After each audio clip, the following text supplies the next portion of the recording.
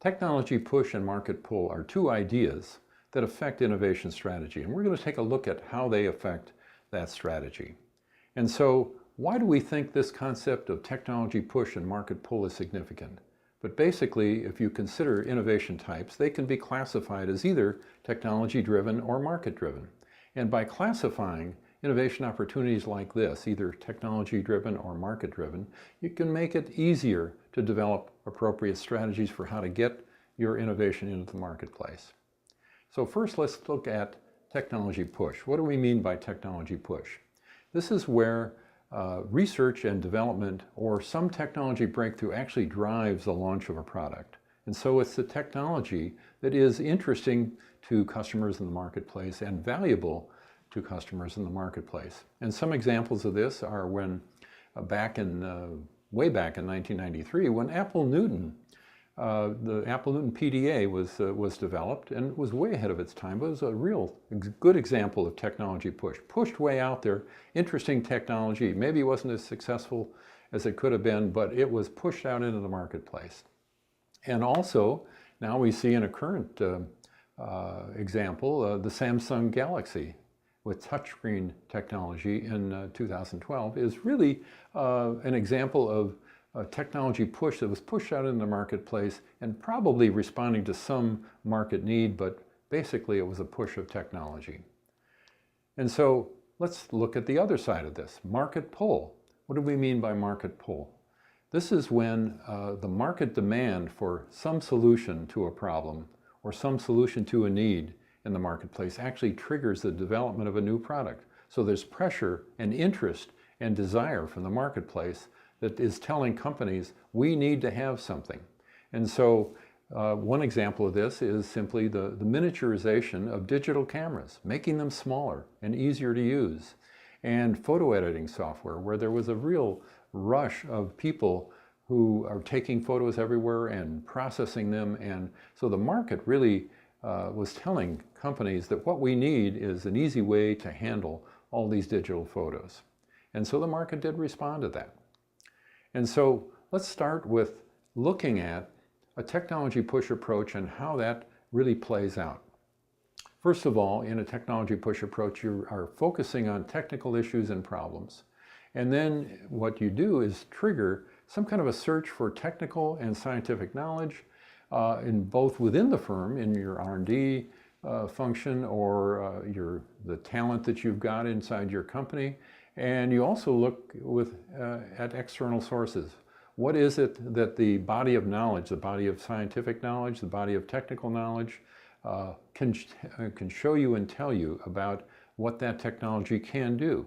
And from that, you develop some kind of an innovative technical solution that you then can offer into the marketplace. So that's how technology push develops. And market pull, again, develops just the other way. You start with understanding external market needs. You recognize them as a trigger for possible search to technology and scientific knowledge that might be a way to help solve that problem. But you're really starting with external needs and marketplace needs.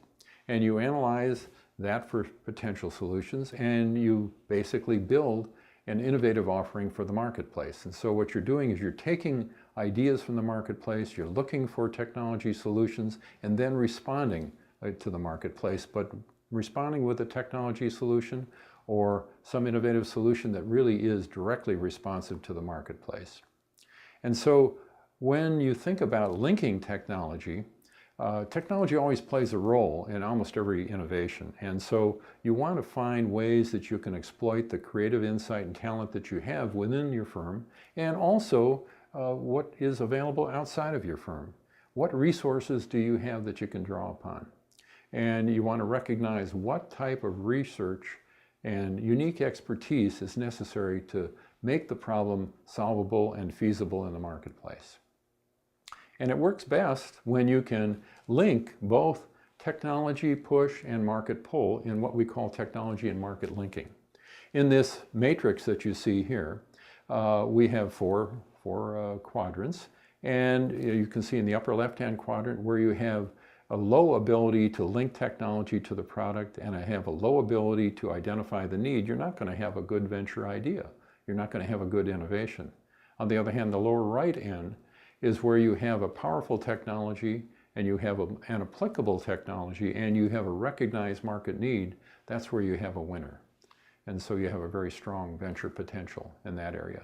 So you want to be looking for ways in which you ultimately can connect the value of the technology with the understanding of the market need.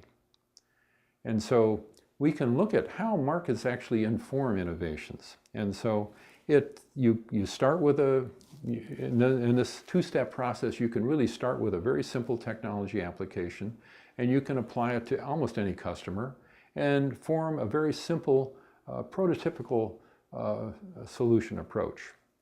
And you put it out there in the market, and you then test. You find out if you can build a more relevant application. What is the market telling you about it? You find a typical user. Once you've got it out in the marketplace, you find out if you don't know who the user is, you'll find out. Once you put it out in the marketplace, who's using that innovative technology.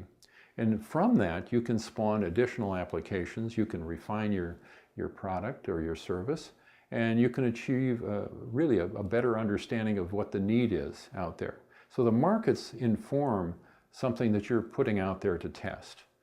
And the other side of this is how innovations actually inform markets.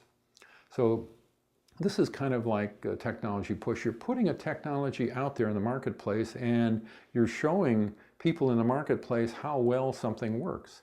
And so what you've really got to be able to do, you can start with a minor innovation that maybe is very workable, but it's not clear what the technology opportunity is.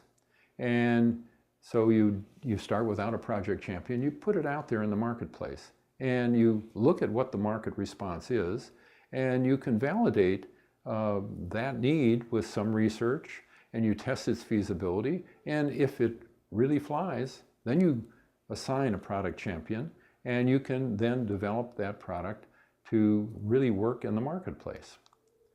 So the takeaways here for technology push and market pull are recognizing where your innovation is. Is it a technology push innovation or is it a market pull innovation? You have to understand what it is that it is really responding to.